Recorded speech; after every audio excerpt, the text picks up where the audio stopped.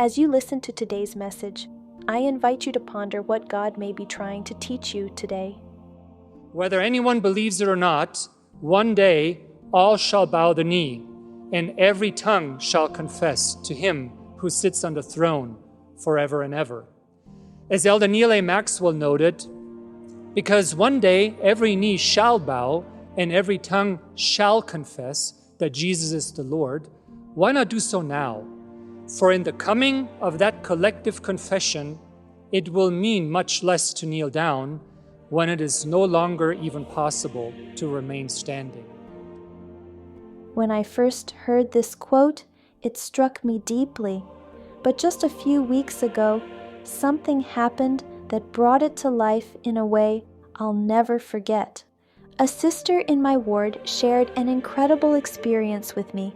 She and her husband were visiting Temple Square with some friends. They noticed extra security in several places and even saw one guard approaching them, but didn't think much of it, until suddenly she felt a powerful presence nearby. She turned around and saw President Russell M. Nelson riding in a golf cart, moving in their direction. She was stunned. She couldn't move. She said it felt as if light and power were radiating from him in a penetrating way that reached her very soul. In that moment, she was overwhelmed by the Spirit and unsure of how to respond. Should she call out to him? Should she run to meet him? Should she kneel? But her knees were already weak. She told me it felt like her body just wanted to collapse to the ground, not from fear, but from reverence, from the sheer power of the prophet's presence. And all she could do was stand there, filled with awe as the prophet slowly drove by and greeted them with a cheerful smile.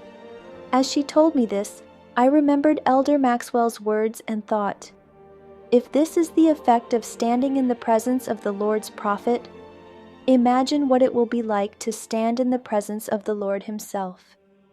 It will be impossible to remain standing. His glory, His majesty, His love and power will bring every soul to their knees, not because He forces us, but because His divine presence leaves us no other response. But as Elder Maxwell said, how much more meaningful is it to kneel now, to bow in faith, to confess Him now while we still can choose, to love Him, follow Him, and worship Him freely before the day comes when all will see.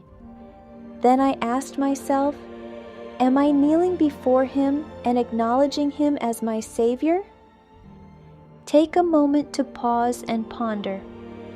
What does it mean to you to kneel before the Savior today? How can you choose to acknowledge Him, not just with your knees, but with your heart, your actions, and your life? Christ said, "Ponder upon the things which I have said, and ask of the Father, in my name, that ye may understand, and prepare your minds."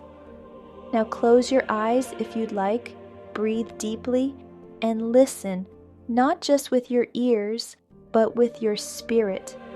Ponder quietly and allow the Lord to speak to your heart.